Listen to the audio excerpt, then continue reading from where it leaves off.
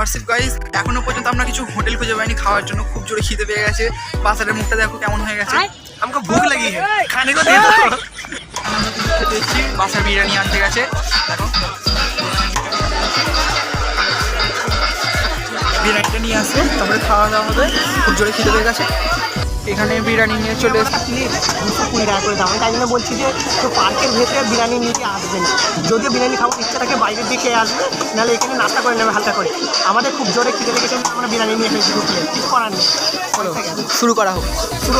Byte নিয়ে বলবে যে কীরকম, তো খেয়ে দেখো, এক বাইট নিয়ে বলো যে বিরিয়ানিটা কিরকম লাগছে, বলো কিরকম লাগছে। অ্যাভারেজ পারফেক্ট লাগছে, কিন্তু প্রাইস যেরকম টেস্টও সেরকম। তোমরা এসে খেতে পারো, অসুবিধা নেই।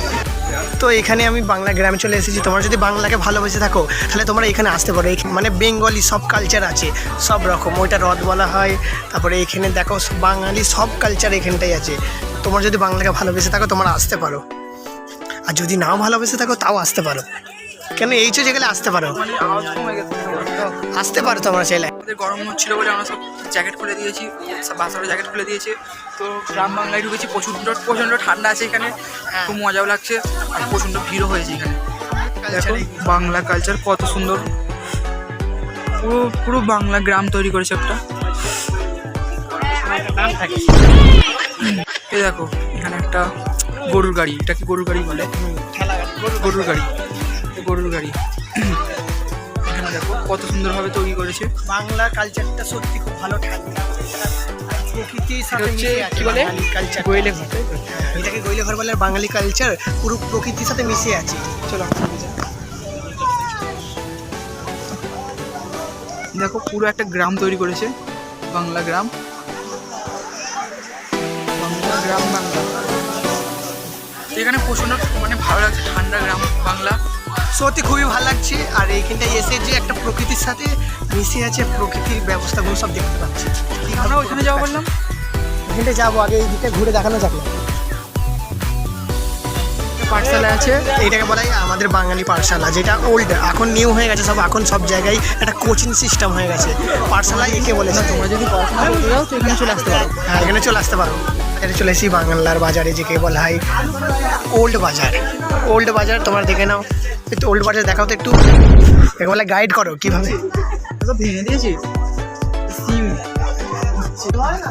কত ভিড় হয়েছে দেখো। কাকিমার কাছে কি বিক্রি হচ্ছে? আপনার কাছে কিছু আছে?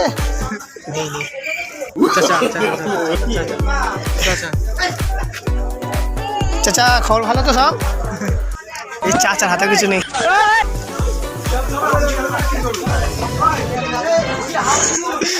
দেখে না কে তো শাহরুখ এখানে একটা সাথী পেয়ে গেছে, যে শাহরুখকে গাইড করবে, ভালোভাবে বলবে যে কি আছে না আছে। পর্যন্ত এন্ড আমরা এবারে যাচ্ছি বাড়িতে। আজ টায়ার্ড হয়ে আছে, আর খুব মানে ক্লান্ত হয়ে গেছি, বিশাল হাঁপিয়ে গেছি, তারপরে বিশাল কষ্টর মধ্যে আছি।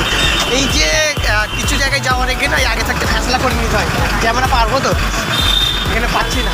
আর এবারে বাসের অপেক্ষা করছি, বাস আসলেই বাড়িতে যাবো। তাহলে বাস আসলে বাড়িতে চলে যাবো। ভিডিওটা ভালো লাগলে সাবস্ক্রাইব করবে, লাইক করবে। হ্যাঁ, ভিডিওটা এখান পর্যন্ত ভালো লাগলে সাবস্ক্রাইব করবে, লাইক করবে আর শেয়ার করে দেবে। ট্রাভেলের পর আমার কাছে তবু এনার্জি একটুখানি আছে, একটুখানি হলেও এনার্জি আছে। শাহরুখের কাছে তো একদমই নেই, খুব ক্লান্ত হয়ে আছে বেচারা। ওই বেচারাকে গুলি মারো আর আমাদের সাথে থাকো এইভাবেই, আর সাপোর্ট করো এইভাবেই।